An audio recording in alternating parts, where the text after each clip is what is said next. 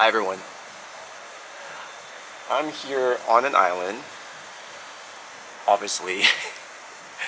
I know there's some of you out there who are probably curious because I've been getting a lot of, not a lot of questions in regards to the last few months that I've been not as active on social media. For the New Year's, I ordained as a monk. It's a huge intricate part of like the Thai culture, so I'm going to save the longer version at a later time. For now, I just want to be like light about everything. Am I dark? Light as in like share lightly my experience. Okay, the light's better right here, right? Thing is, you can see me clearly here, but then you only see me, you don't really see the background, and this is just nicer, I think. So back to what I was talking about. I ordained before the New Year's, into the New Year's, back to how Buddhism here in Thailand is a huge intricate part of the Thai culture, which is tied in with giving respects to your parents, your ancestors, and it's really interesting because you would think a religious decision to go into monkhood, I think on the surface a lot of people might be thinking, oh, whoa, is he going to be a monk like for life, for eternity, forever? Well, if that was like the choice that I wanted, then yeah, that could be a possibility. But I think there are different, depending where you are in terms of what you understand of Buddhism.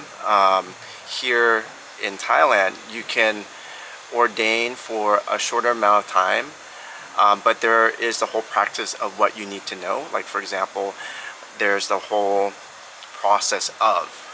So everyone has to go through the same process because it's not something that's taken lightly where you just walk in and you just say, I want to become a monk.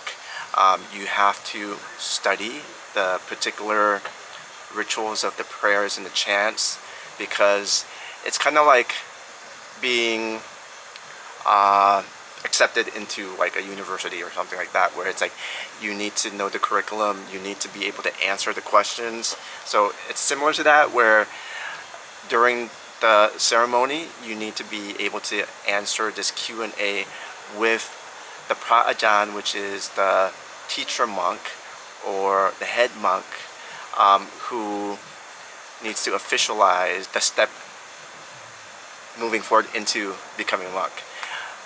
And it looks like I'm going a lot deeper than I thought, so I just want to keep this casual, so this won't end up to be like a 3-4 hour video or clip, just to check back in, connect back, and say hello to everyone, and connect with people who have supported me and encouraged me throughout my career, and have followed me until now. So I'm very thankful. And during my religious experience, I did a lot of prayers for everything, like for myself internally, for the people around me, for the world.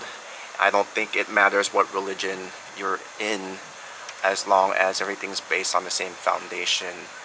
And I think at the end of the day, we're just going through a period where we just want to go to a source that is calm and based on understanding and connecting with one another.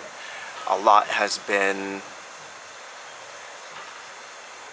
weighed upon us as individuals, whether it's the weight of the world that we live in terms of whether it's political, religious, internal, external. As you can see, I'm being very careful with my words because there's a lot of sensitivities in the world we live in now, so I just don't want to overstep saying anything that's not appropriate too, but I also want to be very opinionated, because as humans we should be able to be opinionated and be able to voice out what we think and how we think in the most respectful way with one another.